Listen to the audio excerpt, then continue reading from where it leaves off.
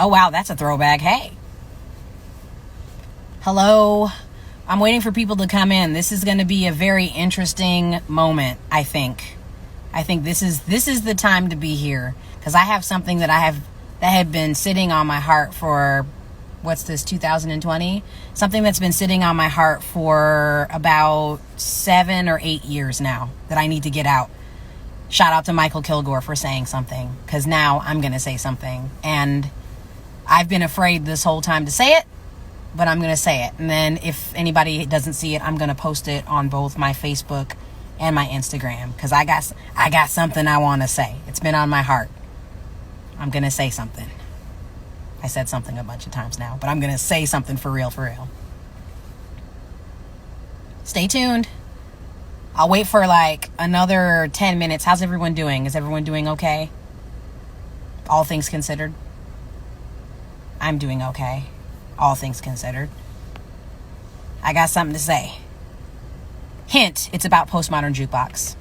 I'm going to actually address this for the first time ever. And it's not going to be pretty. So if you're a fan of Postmodern Jukebox, you might have a different perspective, or you might cling on to your perspective that you had before you heard me say what I'm about to say. Because I'm about to say something. I'm about to speak up. Speaking up. Yeah, same. You know, some days it's like, you know, what does my dad say? Peaks and valleys. Peaks and valleys is what we experience. I'm going to wait maybe like 2 more minutes, and then I'm going to get started, and I'm going to say this. And I would say I'm going to say this and let it go, but the truth is I think it's important to just like say it. And if someone asks me to say it again, I'll say it again. And I'll just keep saying it, because it's imperative that people know exactly what happened. I thought to myself, if I did this video, that I would end up being super emotional and not able to like express exactly what took place. And then, you know, be sad or be like really upset and like cry about it. But I think now is a really good time. The climate is here. Michael Kilgore opened up the floodgates. And so now I think it's important for me to step forward and to speak my piece on why I don't work with Postmodern Jukebox anymore. I'll give it 1 more minute. Only 5 people are here, but that's fine, because once this video is over, I am going to put it out there again, and people will know.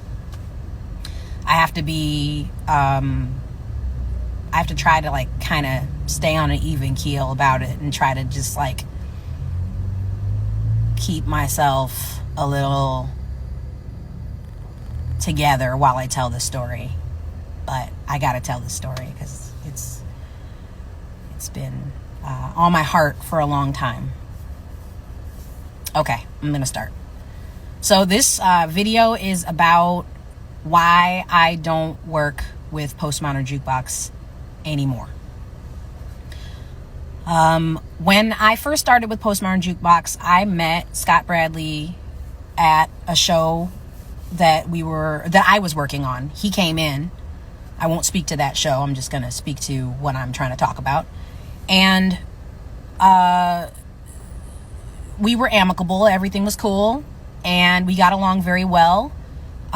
He made mention to me of a project that he had come up with called Postmodern Jukebox. I did not come up with the idea of Postmodern Jukebox. He had long since worked with Naya and had worked with a couple of other people and a couple of other things. In the meantime, hey Carla, I'm talking about Postmodern Jukebox. I'm finally doing it. I've been waiting, and now it's time to talk about it. Michael Kilgore said something. It's time for me to say something.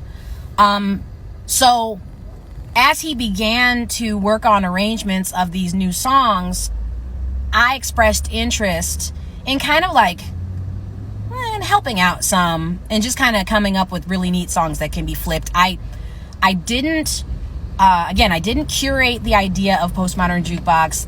It wasn't my idea initially. No.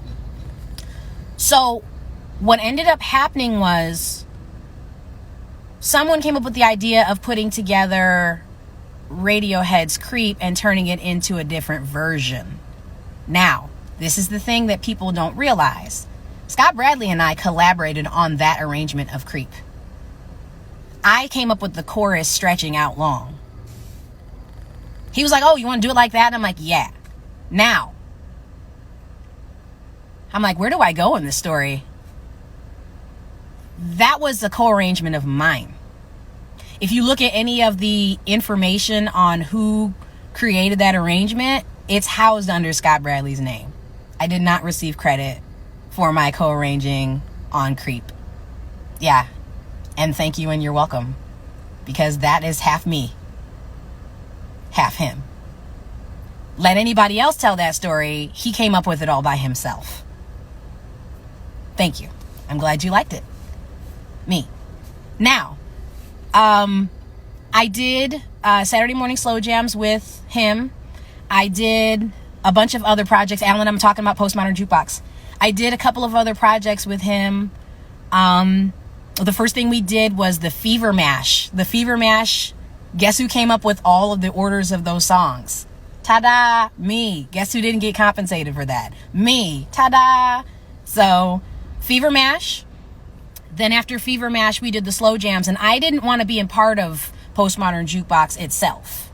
Like, I didn't want to do that. For me, it just didn't fit. I didn't want to be a part of something necessarily that I didn't 100% feel like I believed in at the time. And that happens. You look at something and you're like, this is a good idea, but I don't really want to fully be a part of what this is going to evolve into. But I would love to help out with what might be. So Fever Mash, me, and him. I mean, I'm not going to say I've done everything all by myself, but Fever Mash, me and Scott Bradley. The shows were continuing, the songs were continuing to happen. I wasn't a part of it, a big part of it. I came on and I did some shows with him for fun. This is before Postmodern Jukebox took off. Now, like I said before, when it comes to the Creep arrangement, I'm a co-arranger of the Creep arrangement. I never got credit or compensation for that.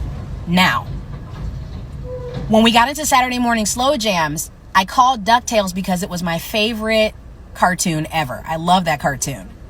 And I thought to myself, I really wanted to be a part of this because I have such a passion and a love for slow jamming cartoons. And R&B is my thing. I'm a black woman who loves R&B. So, at the end of DuckTales, when we do the reprieve with like the quacking, that was me. When we did the intro, if it walks like a duck, me. All of the ways I was like singing, the nuances, that's a Karen thing. He didn't educate me on it or try to tell me how to do something. No, me. Animaniacs, like the funky breakdowns and stuff, me. Now, as far as the arrangements are concerned on Animaniacs, Muppet Babies, I would say they were collaborative. I wouldn't say that he just 100% showed up with the full idea and then came up with it and was like, this is it. No. I put my coloring on it. The Powerpuff Girls, the big ending with like the tilts and the vocals, fighting crime, that like dip down, that is absolutely not my thing. I didn't sing Tailspin. That wasn't me. But, okay. So now let's get to Creep. Creep, I said, let's stretch out the chorus. I'm a creep. I'm a weirdo. We're stretching it out. We would do these arrangements at the show that I work on. I'm keeping that show out of it. We would do these arrangements. We came up with these great arrangements. We did an arrangement of Night and Day, Stepping Out. I said, these songs, they have the similar chord structures. I think we should put these together. And they put them together. So you can call me the idea gal, or you can say that like there were moments where I came up with like certain ways certain things went. But guess who never got credit or co-arranging credit or money for this? Me. Do you want to know how much money I made on DuckTales, Creep, Muppet Babies, Animaniacs, and all those things? I'll tell you, I made $1,500 total for everything that I did. If we want to count the extra show I did for like, I think I did 2 shows with them once. I made $300 total for those 2 shows. So if you want to say I made $1,800 working with Postmodern Jukebox total. $1,800. $1,800 is how much I made in total with Postmodern Jukebox. $1,800. I'm going to post it. Now, I never signed a contract except for when I did the video for Creep. Now, check this out. This is where we have a problem. That's a problem, but this is where we have a real problem.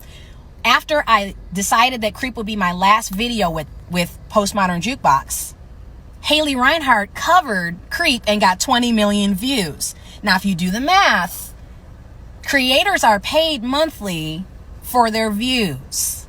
20 million views on Creep with Haley Reinhart. Co-arranged, I made $0. Co-arrangement. This song went on to be sung by Kimberly Nicole beautifully in The Voice. From what I understand, it had been viewed by a bunch of people. In fact, my version of Creep ended up getting 1 million views inevitably. DuckTales saw 1 million views. I think I'm adding the bonus that I got from the DuckTales, which was really nice of him to do, but also he should have done that. But honestly,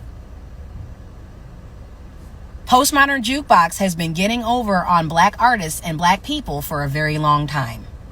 Can I sue him for a loss of income? Well, it's funny how that works.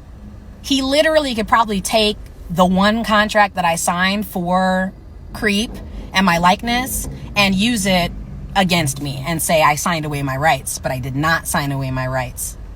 And if he says I did, then I'm being coerced because I wasn't. But yeah, there have been problems with Postmodern Jukebox for a long time. A very, very long time. And if this continues, there will keep being problems with Postmodern Jukebox for a very long time.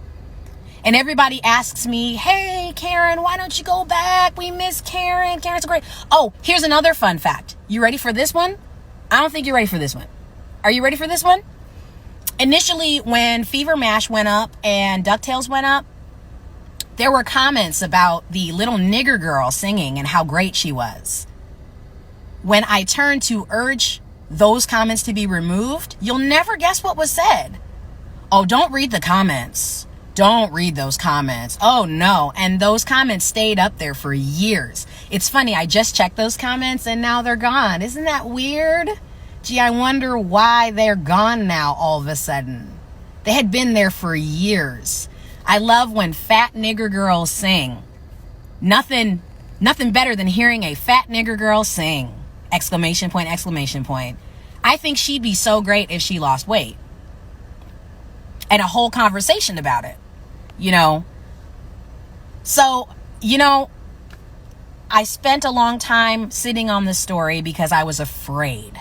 I spent a long time being very scared that something might happen to me or I'll never work again or something might happen in regards to just like me as a person. But I'm sick and tired of being afraid. And I was mad, and I passive aggressively mentioned it. I was sad. I got very depressed after it was over, and I was suicidal. That's another part of the story that I got to tell it because that's exactly what happened. I got very upset and considered self-harm because everything that I had built in my head and everything I had built as far as work was concerned was disintegrating in front of me. And I made $1,800 Postmodern Jukebox. And when I went to have a discussion with Scott about what happened to me emotionally and what was going on, he said to me, oh, I didn't know that you felt that way. I'm so sorry you felt that way. Won't you come do some more videos with us? No. I'm not doing any more videos with you. You're just going to make more money off of me. And I'm just going to lose profits. I'm going to end up broke. You know, there were times in the last 7 years that I was financially just like up shit's creek with no word or no news from him. Oh, I'm sorry. I forgot to mention another thing. He came to me and asked me if I would sing with him at a appearance that he had. I thought to myself, Cool, we can sit down and we can talk. Want to know how much money I made for that appearance that he had? $0. I made no money. None. No money. No. Nope. And I'm more than sure that there will be people that will come and they will defend him. He did right by me. Things got better later. Things were so much better later. Well, I'm so glad that they were better later, but I have still yet to see any credit or any profit from what I've done. I made $1,800 with Postmodern Jukebox. You have a multimillionaire who is banking off of black music and making statements about black artists matter and on behalf of my black artists, and I have black artists, so Black Lives Matter, and you're ranting and you're raving, but you're not, because guess what? You didn't do right by the black person that showed up the first time. I'm not saying that I was the original black person because I don't know the timeline of it. Actually, no, I wasn't. You know what? I'm not going to say who that person is, but there was another black person involved before me, okay? Yes. And he tried to pit us against each other. And I called that person and said, hey, I think that he's trying to pit us against each other. And that person ignored me and continued working with him and them. You know? Yeah, people do need to know, because we're talking about years and years of oppression that I personally have experienced working with the group. And I'm sure that I'm going to be slandered. I'm going to be treated bad. I got scared to pieces that something might happen to me. I didn't want to cause any harm to my family. I didn't want to cause problems. I wanted to stay calm and be cool. But you know what? Michael Kilgore really set me off and set off the match that you are now seeing. You know, Michael Kilgore said that he wasn't allowed to wear his Black Lives Matter pin on stage during tour with PMJ. Okay, that's ludicrous in itself. But how about I didn't make any dollars? I made $1,800. Excuse me. I did make $1,800. I made $1,800 for something that has profited someone 1,000,000 times over. And it's time. It's time for me to get credit. I think he alluded to it in a post once, and then that post was removed swiftly. But it's time for me to get credit for the work that I put in as well. It's time for, I mean, if there's compensation, that would be wonderful. Compensation would be lovely. You know, I would love to sit down and have a conversation and there to be a settlement. That was amazing. But guess what? At the end of the day, you didn't do something right. You messed up. I would want an apology. I want somebody to hold themselves accountable. I want Scott Bradley to hold himself accountable for using black people for all these years. And I'm sick of it. I'm sick of shutting up and being quiet and going with it, and he means well and he does well and he cares and all that other stuff. Because I was broke. And it's not like I was broke, please pay me, I need money. I don't. I'm not trying to say like, oh, you know, I'm going on the lam because I really need this money. It's not even about that. It's about giving credit where credit is due and compensation for such work. $100 and a bucket of chicken does not go far when you're helping produce the work. Yeah, it's your studio. Yes, it's your equipment. Yes, it's your platform. But guess what? It's my voice. It's my co-arranging. It's my collaborative works. And it's not fair. It's not fair. It's not. And it's not okay.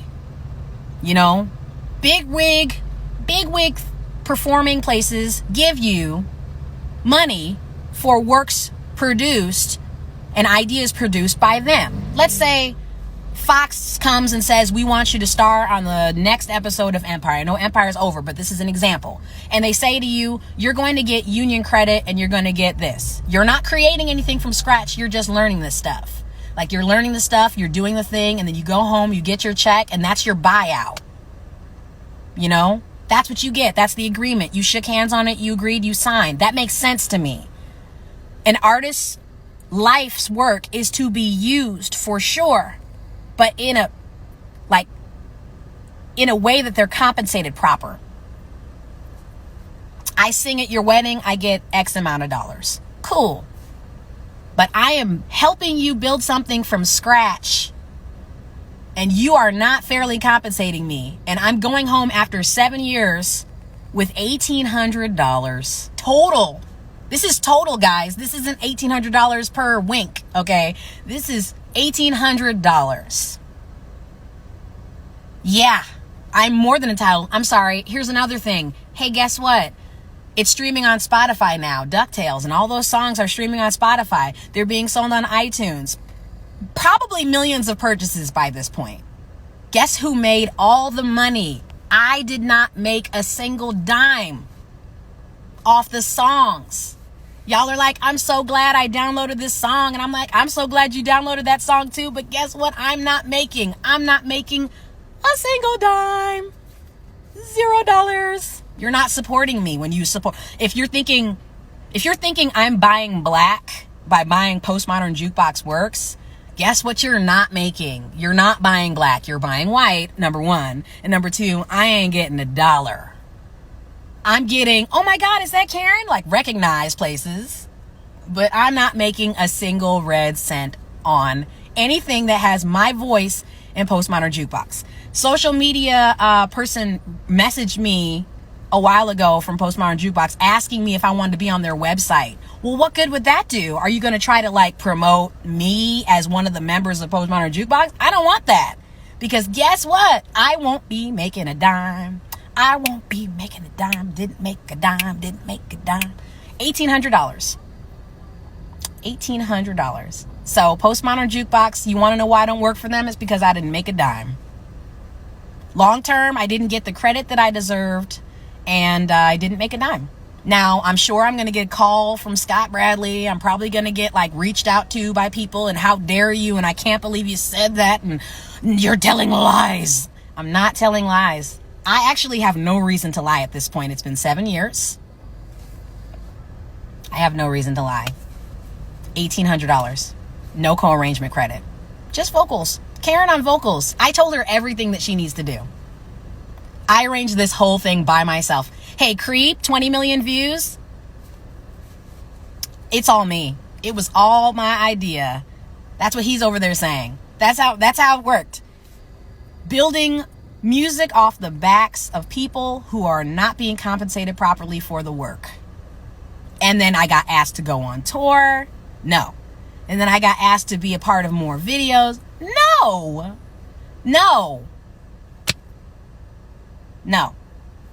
So, that's my story. I've waited a very long time to tell it. I was very afraid to tell it. I'm not afraid anymore. Michael Kilgore, thank you so much for saying something, because now I said what I said, and that's it. Do I have emails or documentation to prove it? Well, here's the thing about that too. When groups of friends get together to work on music, they're not thinking about long-term successes. I know that sounds really stupid and silly, but like we're talking, oh, we're making music. It's, we get lured into a false sense of like calm, like, oh, like it's cool. We're just making music together. And we did it for hours. I got some granola bars for you, I think. Here you go. And like, it's cutesy tootsy in the beginning. So you're not thinking about long-term profits and dividends. Oh, the video has 80 million views with Haley. Oh, that's 80 million views that I totally am not making any money for. God, that hurts, Alan. Thank you for letting me know. There's really a paper trail for this stuff. Yeah, no. And witnesses, well, as far as I'm concerned, there's one person in that group one person who was a part of that camp that might say something to me or say something about it and like help the case. But there is someone else who is going to try to swat that down. And boy, I have a whole nother story about that individual. I won't even go there with, I have to be careful. Yeah, there was a lot of stuff. Yeah, that's the other part. I mean, what says lovin' than a black woman's co-arrangement of a song getting remade by a white woman and it taking off? What does that say about a bunch of things? It's really interesting. And I'm not trying to throw shade on Haley. Haley's talented. Haley did a good job. God bless you. But like, yeah, this is the story, guys. This is why I don't work for Postmodern Jukebox anymore. This is why Scott Bradley and I do not collaborate on projects. This is why every time he asks me to do something, I say no. I say no, but thank you. I'm polite, which is crazy. I don't know how I'm so nice, but I'm polite. Yeah, guys, this is what happened. You guys can feel free to ask me any questions. I feel very open to talk about it now after all these years. Again, shout out to Michael Kilgore for saying something, because I don't know if I would have had the full courage to muster it up to talk about it. But yeah, feel free to ask me some questions about it. I'll tell you. Ask away, because yep. That's where it's $1,800. That's where it's at. $1,800. 80 million views. 80 million views on Creep, huh? Yeah.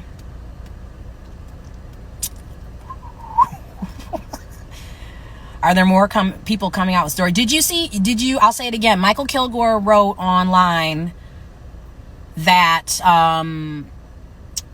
that he was told while on tour with Postmodern Jukebox that he wasn't allowed to wear his Black Lives Matter pin because religious and political views were not something that Postmodern Jukebox wanted to have out there attached to their name. And he's coming forward with that story. And now, on the shoulders of that, I decided to go ahead and speak my heart. And actually, Kimberly Nicole did something really awesome. She went on Twitter back when Voice was happening, and she shot it out to like Haley Reinhart. Shout out to Haley Reinhart, and then stopped and went, no, the original singer of that was Karen Marie. And I got really excited about that, and I appreciated that. Has anyone reached out to you in any way that's been forceful against you? Not yet, but it's coming now that I've said something. This is more so concern than anything. Yeah, I know. But my fear was that somebody would try to dox me based on me speaking my perspective. That's a fear. I'm afraid, but I'm not afraid enough to like be quiet about this anymore. Postmodern Jukebox almost cost me my life. I almost lost my life on that whole thing. I was not in a good place after that. The comments that were just like crude. We can't even talk about like the work that was done inside of the project, and how there were moments that there were members of the group that were urging me to say certain things based on what they knew about West Side Rap. And they said, since you don't know that, you must not be black, which is a whole nother ball of wax that I can't even. I'm like, I'm just going to leave this implication at Postmodern Jukebox and Scott Bradley. And he's going to be big mad. But you know what?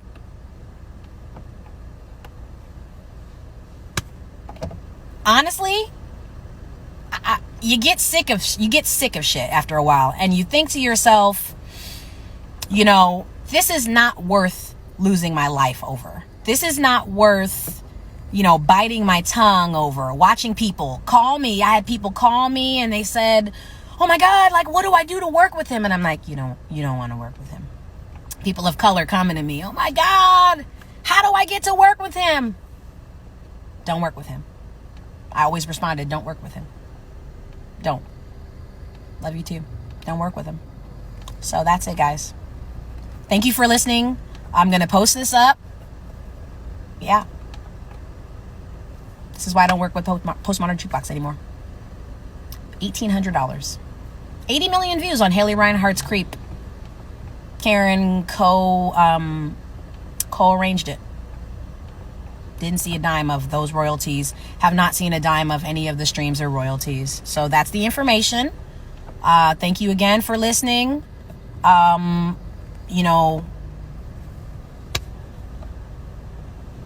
not going to slander it, but if you want to work with Postmodern Jukebox, do it at your own risk and understand that your blackness will be taken and utilized. As mine was for a long time. For the financial gain of someone else. Have a good day. And you can DM me if you want to and ask questions, because I will answer them, because I'm feeling open now, because it's out now. Bye, guys.